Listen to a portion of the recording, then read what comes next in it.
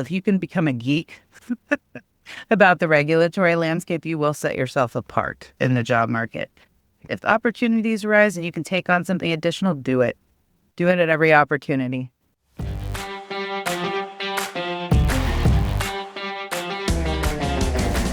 Welcome to Behind the Screens, conversations with background screening pros. I'm Les Rosen, your host, and I'm excited to have you here. On this podcast, we chat with the people who know the background screening world inside and out. Executives, industry experts, legal pros, and more. We dive into their personal stories and insights to give you a real look at what's happening behind the scenes. Whether you work in the screening industry or are just curious, Behind the Screens bring you the real, unfiltered conversations from the people who make it all happen. Stick around for stories you won't hear anywhere else.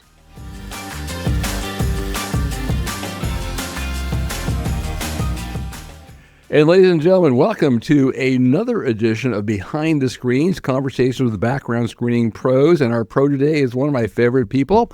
In fact, the last time we had a day in the Hill, she was the person that stopped me from getting lost or wandering away or saying things that were more inappropriate than I sometimes say.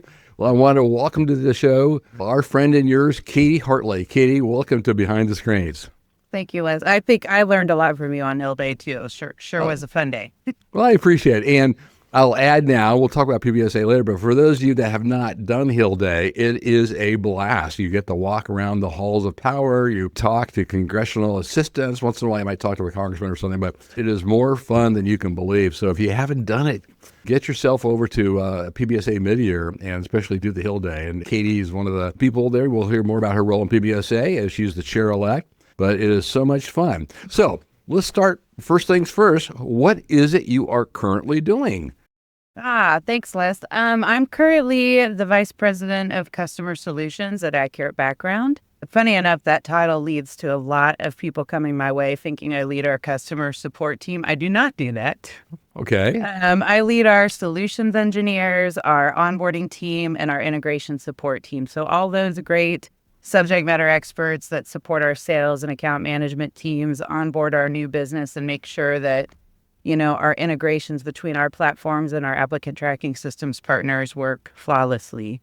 I like to say my team deals with the weird, and so they get to really dig into employers' requirements and help them fit into our ecosystem. Well, that sounds like a small portfolio that only take, maybe 90, 100 hours a week. So, right.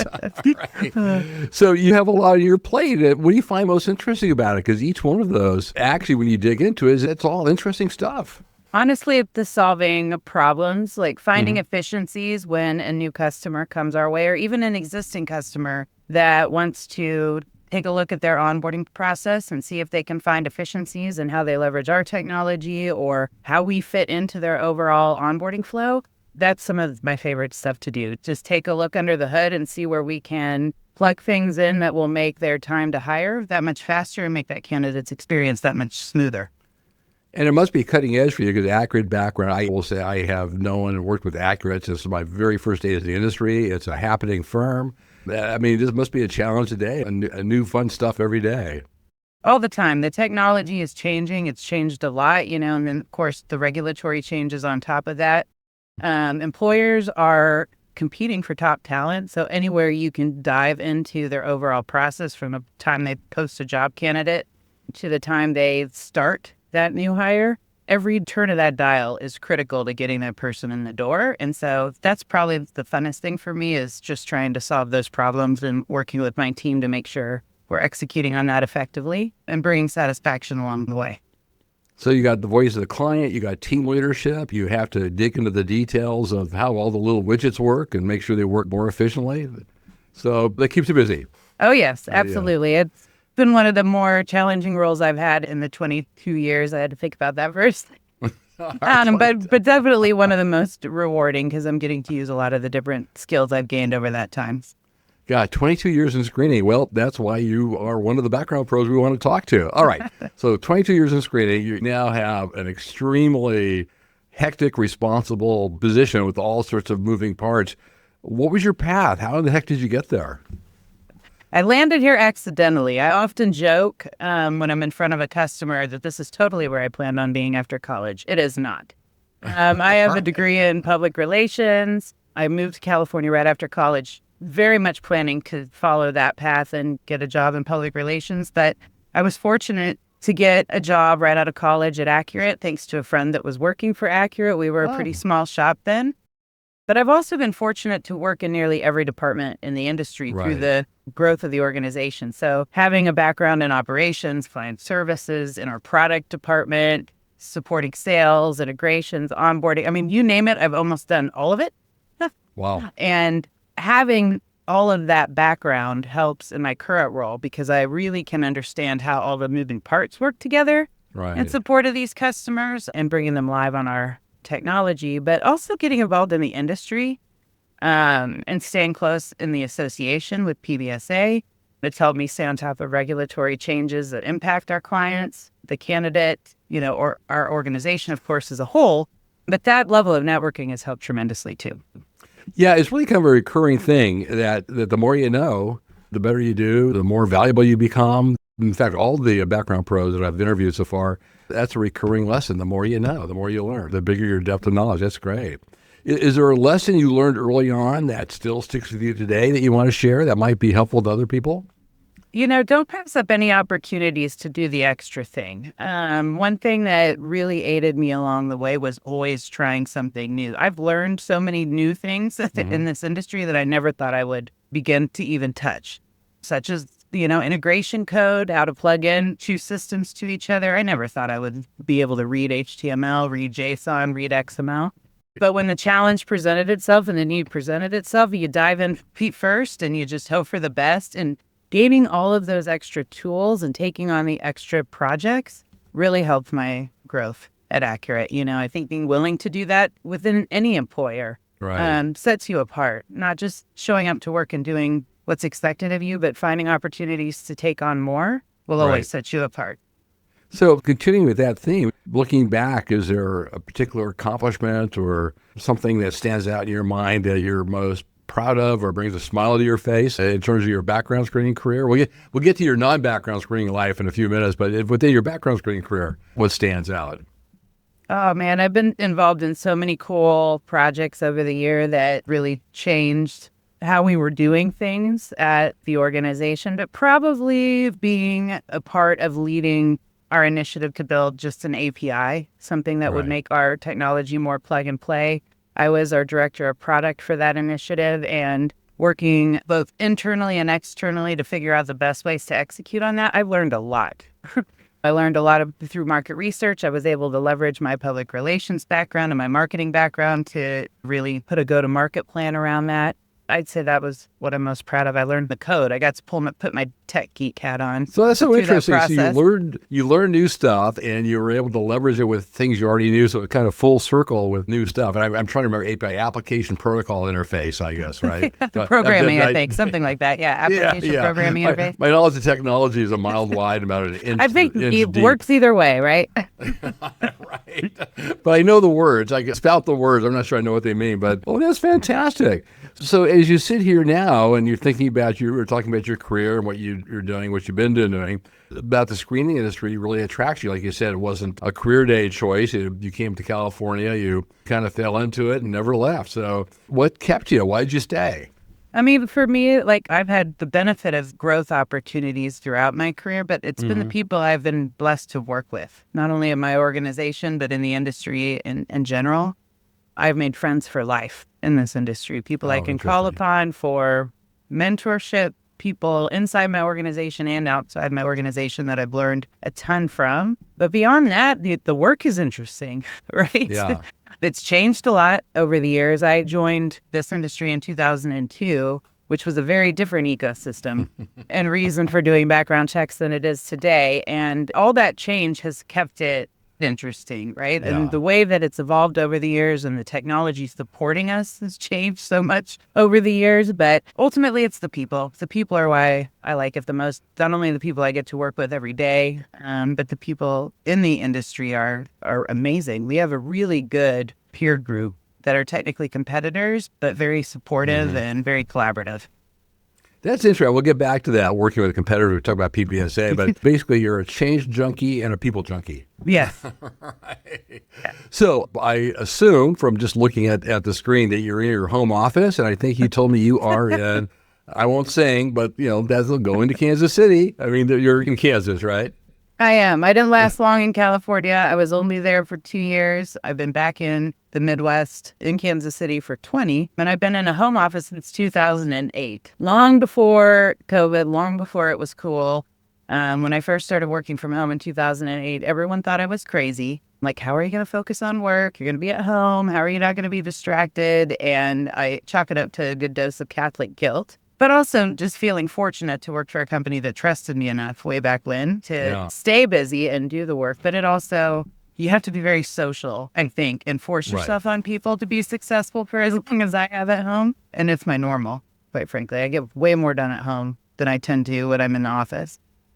Yeah, I think I said on another podcast, I'm a dinosaur. When COVID hit, it just didn't occur to me how you can run a background screening business from home. And now I think, well, why did I ever think everyone had to be in the office? So you're one of the cool kids. You were at home before it became fashionable. You're a trendsetter.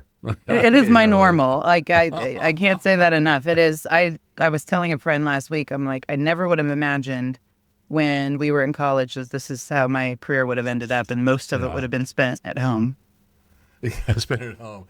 But it does take a special type of energetic person to keep the social qualities up and stay in contact. Otherwise, you can't do that isolation. Yeah. 100%. You have to be engaged. And I spend a good chunk of my day in meetings and constantly plugged in. And I mean, I lead 3 teams. And to do that from home, you have to be constantly engaged and on top of it. So the mothership, Accurate, is in Irvine. As I recall, it's always been in Irvine. You're in Kansas City. Yeah. So you get the World War II Museum, you get the Truman Library, you get barbecue, and then you get barbecue, and then you get barbecue. We have good jazz, and we have some amazing football happening right now that we're enjoying a lot for the time being. Oh yeah, I remember someone called the Kansas City Chefs or something like that. You're about right. All right. Well, they beat my 49ers last year in overtime, but I won't hold that against you personally. Yeah. We have a lot of friendly bets during the NFL season. So even when the Eagles have beat the Chiefs, I get some fun teams backgrounds for a week. Oh, okay. All right. So quick, off the top of your head, trick question. Name the top 3 barbecue places you like in Kansas City. Probably Jack Stack is number 3. So I'm going to put that at the bottom of the list, but it's the closest to my house. Oklahoma Joe's, which is now called Casey Joe's, is number 2. Okay. And the third one you're not going to know, most likely, because it's not in the greatest part of town, but now I can't remember it. I only go there. But you know how to get there. You know what to order. I do. So, and because I cannot think of what it's called, we're going to go with Gates. All right. I remember. LC's. I knew it would come to me. You got it. LC's barbecue. I went to, it was a great restaurant. Last time I was there, the Union Station in Kansas City is beautifully redone. There was a barbecue place right nearby. I remember, I was in barbecue heaven. Yeah. So we play a little game here. We'll do it really quick. It's time for changes and challenges. I think you may have alluded to some of those, but this is a 1-minute round. From your perspective, top of mind, 30 seconds, the top changes you've seen in the industry, and 30 seconds, the biggest challenges you see. Ready, set, go. You're on the spot. Oh, all right. For changes, I had to think about this a little bit. I'd say it's the expansion of services. I mean, when I started in this industry, most of us were focused on providing criminal searches, right? And with those changes to the expansion of our service offering came their own challenges, right? We started adding verifications. We started pulling in drug and alcohol health services, credentialing, license verifications, all the other stuff, right? When back in the day, I'm aging myself here, we were pretty much focused on, criminal records processing. Right, exactly. Yeah. The technology, of course, has changed tremendously. Right. And every single product has its own workflow, its own technology, its own everything. Yeah. And that's what people don't get about the screening business outside, is that every order is a different workflow that has to go out and then come back together all within as soon as possible. Yeah. It's so the time that's always is a challenge. Different. Again, aging myself, my first job was standing by a fax machine to fax out the orders. and wait for the results to come in. And this was 22. This wasn't that long ago. I mean, Yeah. it was the early 2000s, So, And that's how people did it back yep. then. Right. Amazing. And, top of your head, 3 seconds, the biggest challenges from your person, everything you see, the 1 or 2 biggest challenges you see ahead. I mean, there's lots of them, but Yeah. what's just like, boom, bubbles at the top? I would say the legal landscape. I mean, Yeah. it's confusing for the employers, the landlords, but it's equally confusing for the candidates and the tenants. I think the intentions are good, but the lack of understanding of how our industry processes things and why and the care that goes into the consumer's rights is Right. very misunderstood. And I think that's probably one of our biggest challenges to Okay. overcome. Very, very interesting. So let's switch a little bit and let's go to, you've already mentioned it, PBSA. Back in my day, it was NAPBS. Now it's PBSA. And we have the pleasure of talking to the incoming chair, the incoming bigwig, the incoming the big kahuna, I don't know. And you take over in September. October September, in October, yeah. Anaheim. Mm-hmm. Yeah, okay. So tell us, what role has PBSA played in your career, professionally and personally? Oh, I mean, the relationships are probably the biggest thing that has aided my career, just learning so much from the peers of the industry, not only about leadership, but advocacy, politics. You mentioned Hill Day at the start of this, how to navigate the political landscape. I've learned a lot from the association on that front. But it's been critical in keeping me and others abreast of what's happening in the legal landscape. The growth of the association has been tremendous, too. Like, having been involved in the early days, and I can say that, I mean, I think I was chairing a committee in Ripley 2006, 2007, very early days. The difference now between, our buying power, what we can do through the membership and through our advocacy efforts, all started with those of you that came up with the idea in a small room in Arizona, right? So it's tremendous to just be able to work at the board level and at the committee and council level and see the growth around the globe, right? We were talking about that in small rooms about how to globalize, and now we're doing it in Canada and That's APAC amazing, in yeah. Europe, So being a part of that has been exciting the whole time, right? But fantastic. But even being more involved in it at a board level and seeing what we're trying to do what we're working to do through the strategic plan and through the financial capabilities that we have now compared to where we've been some years is really exciting. Yeah, I can, just a little bit of reminisce. I can remember back 2001, 2002, talking to a couple of the members of the interim board when I was sharing, and we were wondering, God, I'm wondering if we can get 20 members. I wonder if we can get 30 members. How can we even make this work? And if I sign the contract with the industry, am I personally liable, or what happens if we don't get any members? So, yeah, things have come a long way. And thanks to folks like you who have taken charge. Because you started with committees, right? Yeah. Committee, then a committee co-chair, committee chair. I think I chaired the communications committee for almost a decade. That's how small we were, just trying to grow, We don't even have that committee anymore. Oh, so yeah, things changed. Yeah, we used to have double chairs a long time ago, and member of the board. And I can tell people anyone could, rise an organization. It's the meritocracy. Just if you want to put in the work, and if you have leadership and people abilities, boom, you can go wherever you want. So congratulations. You get to become the official chief in charge or whatever in October. All right. I'm so lucky to be surrounded by a great board and really, really great staff that we brought on, especially in recent years. We have a lot more dedication to our association that's made up of industry veterans, right, that are helping us along the way. That makes a huge difference, too.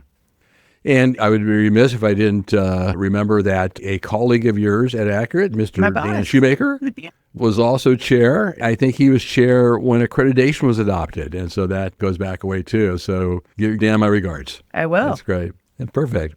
So what's next for your for PBSA? You get off the top of your head. I mean, what's your plans when you take the chair to take it? Because everyone, we all stand on each other's shoulders, but then there's the next step to take. Do you have anything in mind in particular? Well, we've spent a lot of time recently really trying to decide how best to use our volunteer base and make sure we're maximizing their time versus ways that we should be leveraging our budgets to better outsource the needs of the association. You're going to see more dedicated focus on growing membership and really being strategic about that. So we are working with a third party that will start taking on more of the direct marketing needs of the association in 2025. Right. And I think that will help us grow membership globally. And it will be a very, again, strategic focus. And we'll continue to add to that budget as we start to see the fruits of that return. And I think, we've seen already, just in a very short period of time, a real good adoption of the end user certificate here in the U.S. Wow, that's fantastic. So I think just with the free trial or the free certification that we gave away for like the first 30 days, we were Right. already, I think upwards of like 500 people had signed up to take that end user certification. And to be clear, that's the certification for Client the users. clients of background firms, like the HR person or whoever it is who's in charge of actually the day-to-day, getting people onboarded. And This getting is them a certification they certified. can, In the FCRA and making sure they understand the rules that apply to their Mm-hmm. organization. And really, we hope that that will aid us in bringing more end users into the association that Right. can help, again, educate the lawmakers that have the biggest impact on our association, our members, the consumers in particular, right? And the employers and landlords. So. Yeah, I thought the end user certification was really brilliant and really a great thing. And people love certifications and learn new things. And what a great way to get the word out. So if there's anyone, and this is our last question about PBSA, we're going to move on. If there's someone, let's say in the United States, who's doing background checks, or maybe a firm outside the United States, what would be top of your mind, why, and for some reason they're not a member of PBSA, what would you say to them? I don't imagine how anyone could be in the background business and not be a member of PBSA. It's beyond me, but what's your thoughts on that? Well, it's beyond me too. I don't know how an emerging company could keep up with the global landscape. The U.S. landscape is one thing. That's a whole ball of wax, let alone the global landscape that we're trying to help with government relations now in APAC and in Europe and in Canada. Getting involved in the association should be one of your first steps as a new CRA, no matter where you are in the world. It doesn't have to mean volunteering or dedicating additional time, but at least being a member gets you access to all of those tools. Right. And the networking opportunities that you can find with other members and vendors, and those are the groups that support us through their technology and their services. So it's a no-brainer to me, even if you don't volunteer. And if you do volunteer, it's not a huge commitment. You get on a phone once or twice a month, and there's people all over the world you get to know and you chat with. And if you travel, you have someone to take you out for dinner. We're in some city. I don't know why people wouldn't do that. I don't either. But, if nothing else, you've got now a force globally that's helping keep up to date on all the things going on and providing that consistent education, right? And it's also worth noting that, believe it or not, and a lot of people are shocked when I say this and they don't think it's true, but background screeners are actually fun people. We are. So are HR people. I don't know if you've been to HR conferences. They're fun people too. Yeah, exactly. It's people, it's a fun group and you get to know people and you go to the various conferences and not only are the sessions fun, but just all the socializing. Like you said, competitors compare and contrast and talk, and it's like everyone's in the same boat. Right. Yeah. So anyway, listen, good luck when you take over your official duty as the chief of PBSA, when you put your ear in. And as the old saying goes, no good deed goes unpunished. So I'm sure it'll be, you do that in addition to everything else you're doing, you won't be going out to barbecue much during that 1 year, probably. Yeah, right. I'm buckled up. I'm ready to go. It'll be all right. But yes, it is not for the faint of heart. So moving away from background screening, for people who don't know you outside of background screening, tell us what your hobbies are, your interests outside of work, what you do for fun, just a little bit about Katie Hartley. Anything live entertainment, Wes. Any kind of live entertainment. Live music, live sports, live theater, especially musicals. Which all of the above except for live theater can be a little challenging for me in the winter months because I love live music if it's outdoors in particular. I started a list of the concerts that I attend or have attended in my adult life just a few years ago because I don't know if you've noticed, they don't give you tickets anymore, and I didn't do a good job in my youth of keeping the tickets. So I have a very informal list going on my phone of all the concerts I've been to, and I think I'm somewhere north of 60 different artists that I've seen live, which I know that seems like a lot, but I'm sure there will be some people that listen to this that have beat that number. I know there's some people in our industry that have that number beat, but I'm proud of it. No, listen, it's not a competition. It's whatever you enjoy. That's great. Yeah, I will do that as much and as often as I can. I'm going to a basketball game tomorrow. So I love seeing my Who are you seeing college alma tomorrow? mater, Kansas State University men's basketball played Drake. They come to Kansas City for a game every year, and I went to Kansas State. That's my alma mater. So Okay. yeah, I go anytime they're in town. So, I'll tell you your favorite music genre or favorite concert. Oh, I was just going to say too, I like all genres. It doesn't matter. I have been to alternative, I've been to rap, I've been to country, but probably the band I have seen the most, which most people won't have ever heard of, is called Dirty Heads. Say it again? Dirty Heads. Dirty Heads. Dirty Heads. And they're more like a I've not jam heard of that. band. They're very chill. Yeah, they're light rock. Jam band. I'm butchering the kind of music they play, maybe alternative. So they're kind of like a small venue as compared to Oh, yes. Yeah, they're the not big a venue major people. following. Yeah. Yeah, no. Other than that, country. I like going to country concerts, but I'll pay for the big ones. I've seen Justin Timberlake. I've seen Beyonce. I'll do them all. It doesn't matter. You've seen them all. Yeah. All right. So I saw someone wearing a T-shirt not long ago saying, "I love trap music," and I said, "No, is that a typo?" And apparently, there's a type of music called trap. Have you heard of that? No, I don't know. Okay, I didn't either. Maybe it was a typo. I've been meaning to look that up. And so, all right. So your next event is the basketball game. Tomorrow. And yeah. did you get the Chiefs games? No, usually one a year. They've gotten a lot more expensive recently. Yeah. And so if I go, I try to get there. I try to get to one, at least one a year. I haven't gotten to one this year, though. Well, usually 'cause it's of also scheduling like an all-day event. If you go by the time you get there and you tailgate, and then the game is 3 hours, and the last 10 minutes takes an hour and or whatever, and then you try and get out, you get home, you've put in a 10-hour day. Well, and there's been more Sunday night games and Thursday night games. Oh, right, and okay. it's a little bit more difficult to plan for, too. So, yeah. And I may not get to one this year. You throw now? I may not get to one this year live. You get the one. And what about the Royals? You got the Kauffman Stadium? I love going to a Royals Yeah. game. I love going to baseball games in any city I can get to. This summer, I did get to several Royals games. I got to Cubs stadiums. I got to Wrigley. And during the annual, I did go to Fenway, which I had never been to. So I'm trying to tick off some of the older stadiums, too. I haven't been to Dodger Stadium yet. But that will at least tick off the oldest three, right? I think Wrigley, Right, that's Fenway, true. and Dodger Stadium. So Well, I was supposed to go to Dodger Stadium for Game 6 of the World Series, but those darn Dodgers won it in 5, so didn't quite make it. you're so All right. close. So time to play fun facts. Katie Hartley, tell us something about yourself unrelated to screening that people may not know. Like, we're going to play I've Got a Secret. What's your secret? Well, some people will know this, but most don't. I come from a extremely large family, and this is why I moved back to the Midwest. So my mom is the oldest of 16 children. Wait a second. All right, let's get this started. 16 children. Okay. Yep. And my dad is one of 9 children. So that's 20, Three assuming, I don't know what their health is, uncle. but that's Yeah. potentially 25 cousins, nieces, nephews? Oh, Cousins, I guess. I have 50 first cousins on one side of Wow. the family and nearly 30 on the other. So Holy moly. just first cousins. So when I decided to move back to the Midwest, that was a big driver because the majority of those family members live in and around Kansas. So and then nephews and nieces? I have 10 nephews and nieces. Oh, my Let me think God. about that. I gotta think about that for a second. So, yep, 10.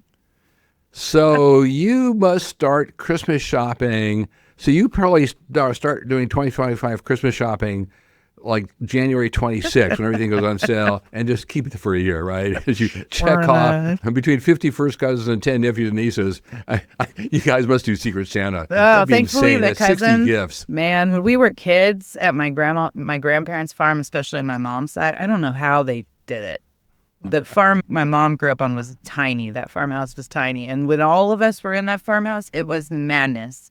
And we did exchange names. And there would be like 30 to 40 of us at times in that farmhouse exchanging names. And God bless my grandma. She would give us $2 bill. That's a lot, though, for, small town family that they were. And then when we graduated high school, she made us, or the year we were graduating high school, she made us jean blankets.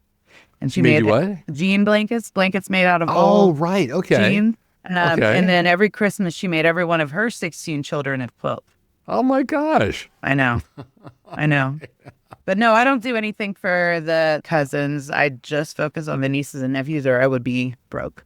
That is unbelievable. Katie Hartley, you are from a massive family. So that's charming. Well, We have we're it at kind of. a cafeteria. So, Okay. All right. Well, we're kind of running out of time here. We don't want to take too much more of your time, but let me just ask our closing couple of questions here. Based upon your experience in the industry and your involvement with PBSA and everything you do for accurate backgrounds, what's your advice for people that are either entering the profession or maybe people that have been in it 2 or 3 years and deciding whether they want to make a career out of it? What say you? I'd say learn as much as you can, and especially dig into the regulatory stuff. It's always changing, and that is a need globally from a compliance standpoint, really being a compliance expert that I think all of us are always looking for, those people that are craving the compliance expertise, the global privacy expertise. On an individual contributor level, if you can become a geek about the regulatory landscape, you will set yourself apart in the job market. So that would be my advice. And then the only other thing is what I said earlier, Les. If opportunities arise and you can take on something additional, do it. Do it at every opportunity. So to sum it up, success it requires being an opportunist geek. Yes. Yeah. That's how I got here, I think. Oh, that's anyone that knows me fantastic. would tell you that is pretty much what I've done. Oh, Katie, we really appreciate it. Well, before we wrap up and thank the audience and thank you for your time, let me just turn the floor over to you for any last comments you have. The mic is yours for as long as you like. Well, thanks, Les. I appreciate you having me on the show today and welcoming me to talk about my experience. It has been literally like nothing I ever imagined in 22 years. So very blessed to be a part of the industry and to get to talk to you about my experience doing it. So thanks for having me. Okay, it's been a pleasure to have you, and I hope everyone has a chance to listen to this and takes the advice about being an opportunistic geek. And the more you know, the more valuable you are, and all your wonderful experiences in the screening industry. And again, best wishes in your upcoming stint as PBSA chair. It's very, very wonderful thing to do, and you're going to have a great year. I appreciate it. All right. And ladies and gentlemen, thank you. This has been another edition of Behind the Screens featuring our background pro, Katie Hartley, our incoming chair for PBSA. And thanks again for watching. Thanks.